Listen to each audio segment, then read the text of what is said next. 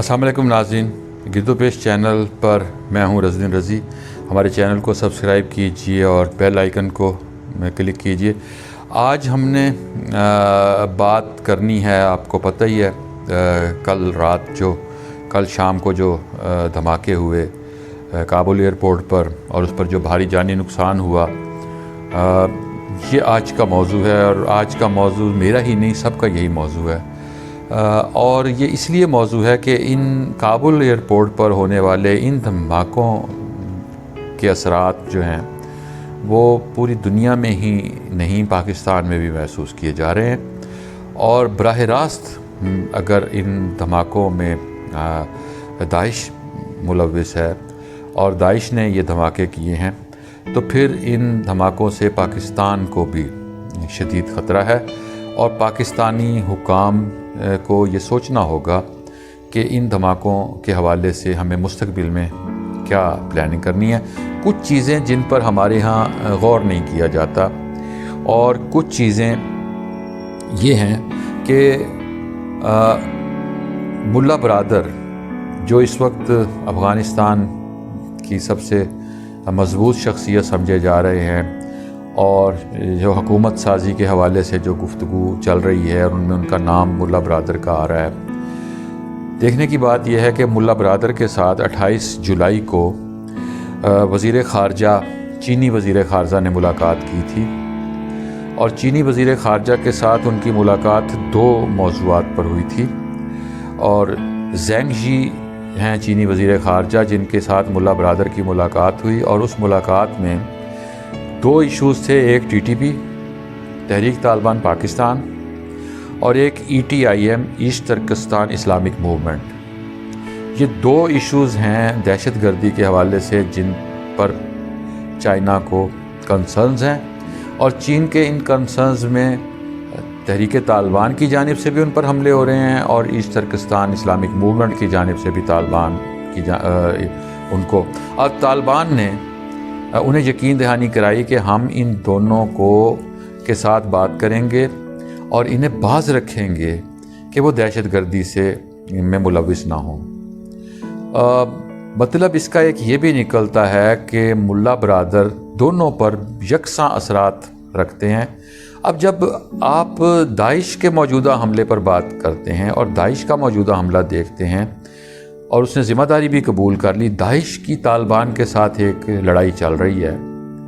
और दाइश के इस हमले के बाद जब हम तहरीक तालिबान पाकिस्तान की जानिब तवज्जो करेंगे और पाकिस्तान में तहरीक तालिबान को रोकने की कोशिश करेंगे, और यहाँ उनके जितने नेटवर्क्स हैं या उनके जो स्लीपर्स इस वक्त यहाँ मौजूद हैं और अफ़गानिस्तान में मौजूद हैं, अगर हम उनके ऊपर नज़र रखेंगे तो फिर वो सारे दाइश की तरफ जाएंगे।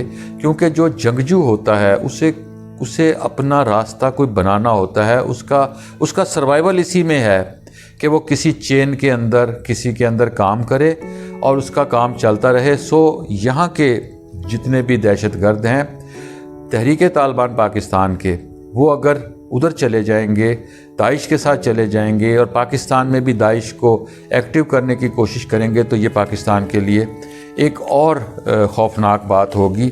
लेकिन इसके साथ साथ एक और चीज़ भी देखने की है, और वो चीज़ ये है कि तहरीक तालिबान पाकिस्तान के जो सरबराह हैं नूर वली महसूद, वो उनका जो एक इंटरव्यू गुज़श्ता दिनों CNN पर आया, उस पर इस अंदाज में तवज्जो नहीं दी गई। उसको ज़ेर बहस थोड़ा बहुत लाए यहाँ पाकिस्तान में भी, लेकिन उस अंदाज में ज़ेर बहस नहीं आया। उस इंटरव्यू में हम अगर ये देखें तो नूर वली महसूद ने, ये वही महसूद कबीला है जो बेनज़ीर भुट्टो साहिबा के कत्ल में भी तहरीक तालिबान पाकिस्तान और ये महसूद कबीले के लिंक्स हम देखते थे, और मुशर्रफ और उस ज़माने के सारे राब्ते देखते थे। सो उन्होंने ये बात की है उस इंटरव्यू में कि हम अलहदगी चाहते हैं, हम पाकिस्तान के कबायली इलाकों में हम एक अलहदा रियासत चाहते हैं। ये उन्होंने CNN के इंटरव्यू में बात की है। और جب ہم اس صورتحال کو دیکھتے ہیں تو پھر یہ ایک اور تھریٹ ہو جاتا ہے، یہ تھریٹنگ صورتحال ہو جاتی ہے پاکستان کی سلامتی کے حوالے سے بھی، کہ ایک جنگجو قبیلہ جو ہے وہ اپنے علاقوں میں آزادی کی بات بھی کرنے لگ گیا ہے۔ اور ہم نے حالیہ جو کرنٹ افیئرز کا ایک شمارہ آیا اس میں تحریک طالبان کے جو پاکستان کے حوالے سے عزائم ہیں اور جو مستقبل کے عزائم ہیں ان پر اگر غور کریں اور ان کا اگر مطالعہ کریں تو ہمیں صورتحال اتنی آسان دکھائی نہیں دیتی جتنی ہمارے ہاں سمجھی جا رہی ہے۔